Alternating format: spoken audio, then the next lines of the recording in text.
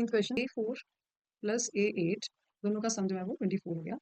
दूसरी कंडीशन है सम of 6th and 10th term, मतलब A6 plus A10 is equal to 44 plus 3D plus A plus 7D equal to 24.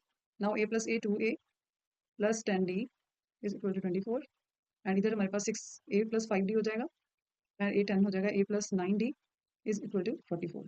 So this will be equal to 2A plus 14D is equal to 44.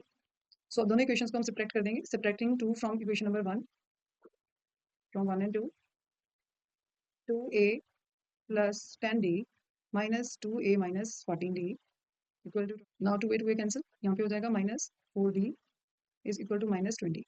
So now D will be equal to minus 20 divided by minus 4, that is 5, and we will put this value first equation में put करके हम A निकालेंगे. 2A plus 10 into 5 is equal to 24.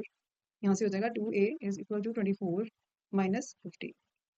So यहाँ and A is equal to 26 divided by 2, that is minus 30.